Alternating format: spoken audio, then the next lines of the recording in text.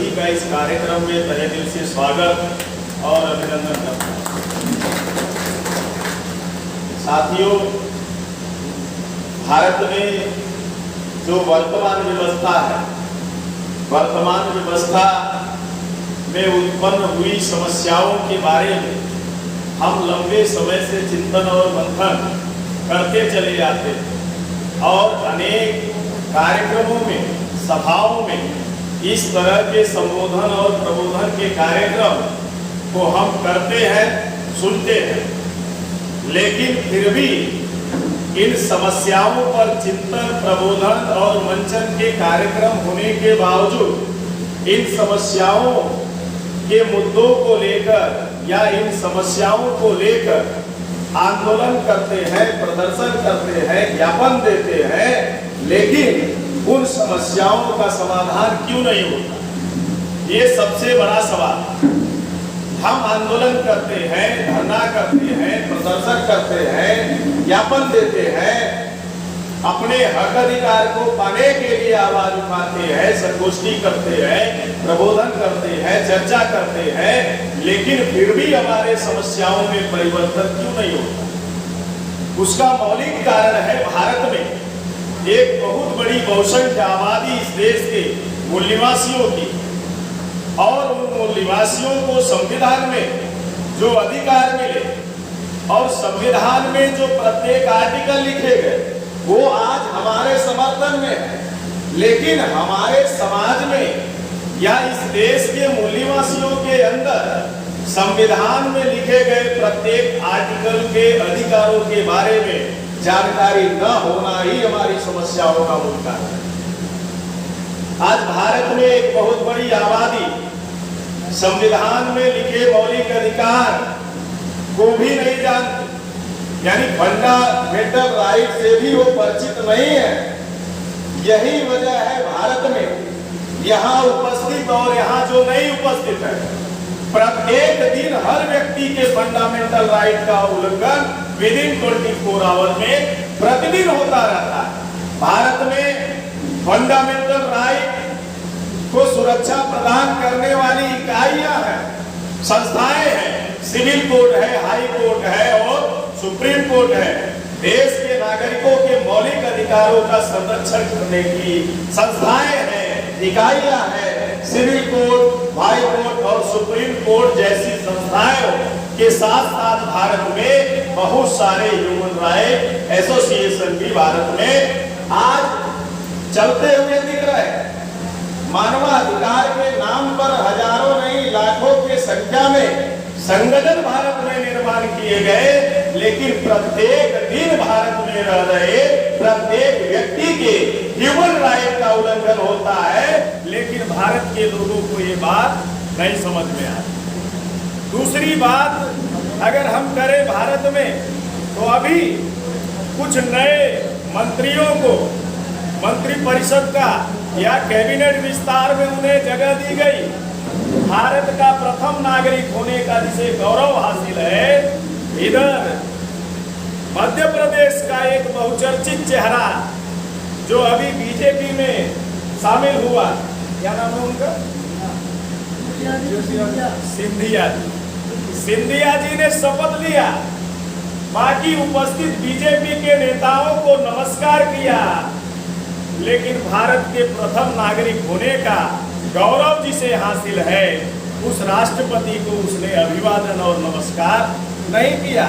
जब इस देश में एक राष्ट्रपति के मानव अधिकारों का यानी फंडामेंटल राइट का उल्लंघन आए दिन होता रहता है, तो आम नागरिकों के मौलिक अधिकारों का उल्लंघन क्यों नहीं होगा?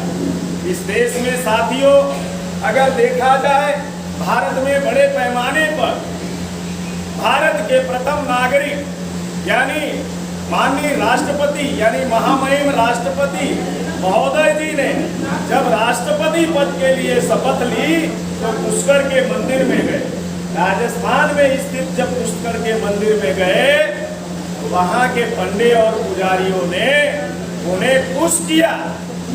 पुष्कर के मंदिर में वहां के पंडे और पुजारियों ने उन्हें पुश किया और सीढ़ियों पर ही पूजा पाठ करवा कर वापस भेज दिया। जब भारत देश के प्रथम नागरिक के साथ उसके फंडामेंटल राइट, उसके मानव अधिकारों का उसके सामने उल्लंघन किया जा सकता है, तो भारत में एक बहुत बड़ी बहुसंख्या आबादी है जो फंडामेंटल राइट को, मौलिक अधिकार को जानती ही नहीं है, जिसके कारण भारत में 24 घंटे के अंदर प्रत्येक व्यक्ति के फंडामेंटल राइट का उल्लंघन होता है। साथियों, आज सबसे बड़ी विडंबना है, भारतीय संविधान की रचना भारत में 2 वर्ष 11 माह 18 दिन में की गई, लेकिन भारत में संविधान विरोधी ताकतें, संविधान के विरोध में बोलने वाले, लिखने वाले, आवाज उठाने वाले और काम करने वाली संस्थाएं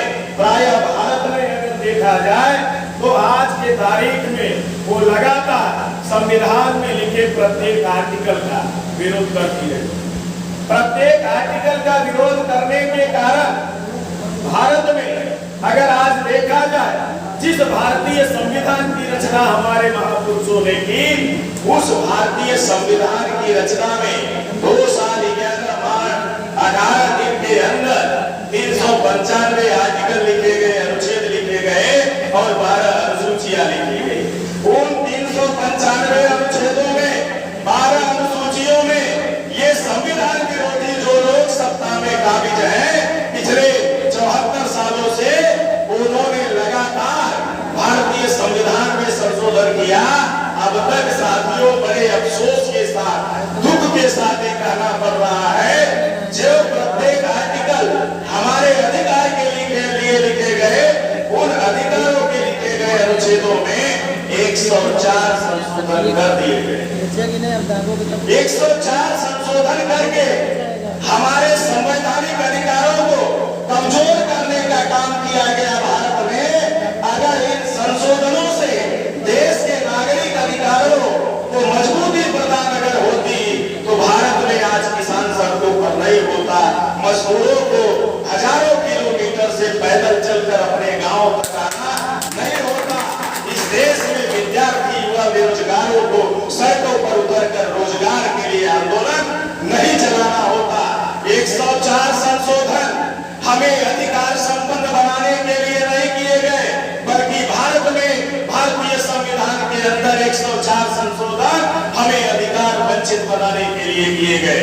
ये भारत में जो भारतीय प्रजा है, भारत के जो मूलवासी हैं, अगर उनके अंदर संवैधानिक अधिकारों के प्रति चेतना होती तो 104 संशोधन करने वाले इन गद्दारों का गिरफ्तार पकड़कर भारतीय प्रजा उन्हें सजा देती।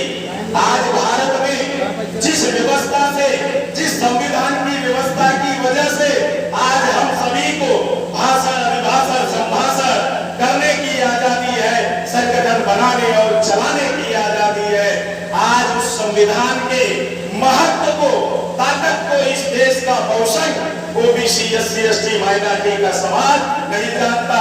अगर हम भारतीय संविधान के ताकत और महत्व को जानते तो आज इतने व्यापक पैमाने पे भारतीय संविधान में संशोधन और बदलाव नहीं किए गए होते। भारत में जो संविधान को बदलने वाले लोग हैं, संविधान को खत्म करने वाले लोग हैं, खत्म करने की बात करने वाले लोग हैं, वो भारतीय संविधान के ताकत और महत्व को जानते हैं।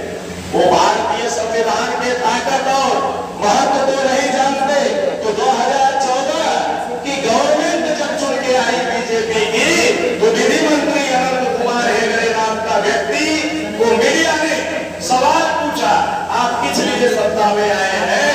उसने स्टेटमेंट दिया कि हम संविधान बदलने के लिए सत्ता में आए। साथियों, अभी हाल ही में जूना अखाड़े का महामंडलेश्वर यतीन्द्रनाथ गिरी ने स्टेटमेंट दिया, बयान दिया कि नए संसद में हो नए संविधान के साथ प्रवेश।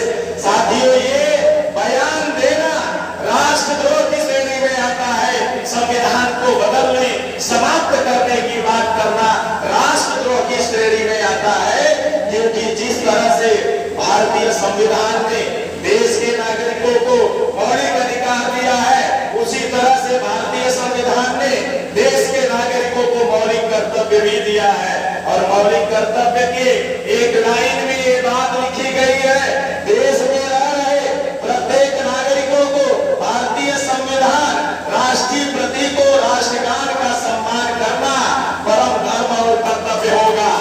देश के संविधान और राष्ट्रीय प्रतीकों का सम्मान नहीं करना राष्ट्रद्रोह की श्रेणी में आता है।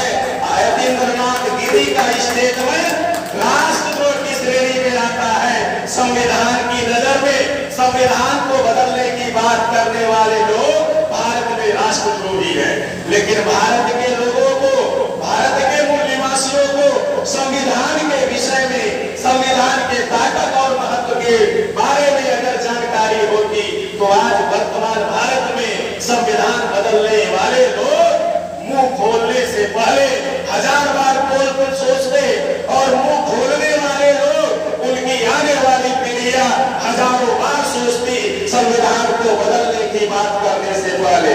आज भारत में जरूरत है इस देश के भारतीयों को, इस देश के मूल निवासियों को संवैधानिक अधिकारों और संविधान के महत्व और ताकत के बारे में जानने की।